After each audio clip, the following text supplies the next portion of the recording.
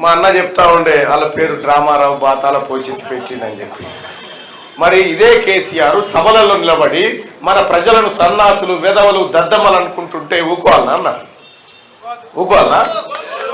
ఈ ప్రజలను వాడు ముట్టుకున్న ప్రతిసారి వానికో పేరు పెట్టాం, ఈ ప్రజలను తిట్టిన ప్రతిసారి వానికో పేరు పెట్టాం.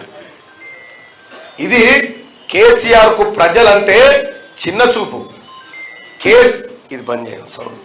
కేసీఆర్ కు ప్రజలంటే వాళ్ళు బానిస లెక్క కనిపిస్తూ ఉంటారు, కానీ కాంగ్రెస్ పార్టీకి తీన్మార్ మల్లన్నకు ప్రజలంటే దేవుళ్ళ లెక్క కనిపిస్తారు, ప్రజలంటే ఓటర్ల లెక్క కనిపిస్తారు, ప్రజలంటే మహారాజుల లెక్క కనిపిస్తారు. వాళ్లకు మాకున్నటువంటి తేడా గది. ఇలా సోదరులారా, డ్రామారావు నిన్ననో మొన్ననో ఇక్కడ వచ్చిపోయాడు. ఇక వారి కుటుంబం కథ చెప్తే ఇది ఏదో గ్రంథాలయాల కూర్చొని రాసే చరిత్ర కాదాలది. ఈ చెంచల్గూడ జైలు తిహార్ జైలులో కూర్చొని రాస్తేనే అజ్జినట్టు వస్తాయి అక్షరాలు వీళ్ళవి. కేటీ రామారావు మాట్లాడతాడు, తీన్మార్ మల్లన్న వాడి కూడా అంటాడు, తీన్మార్ మల్లన్న దొంగ అంటాడు. ఆవురా, మీ ఈబ్బలకు వచ్చిన దొంగనే నేను.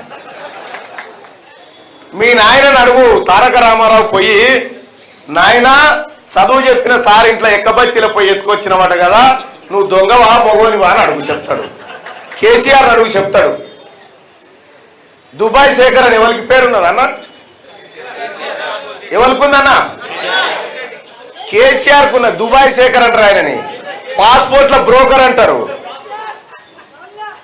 ఈ హైదరాబాద్ చుట్టుముట్టున్నటువంటి భూములన్నీ కబ్జా పెట్టినోడు ఎవరన్నా? ఈ కేసీఆర్ కాదా?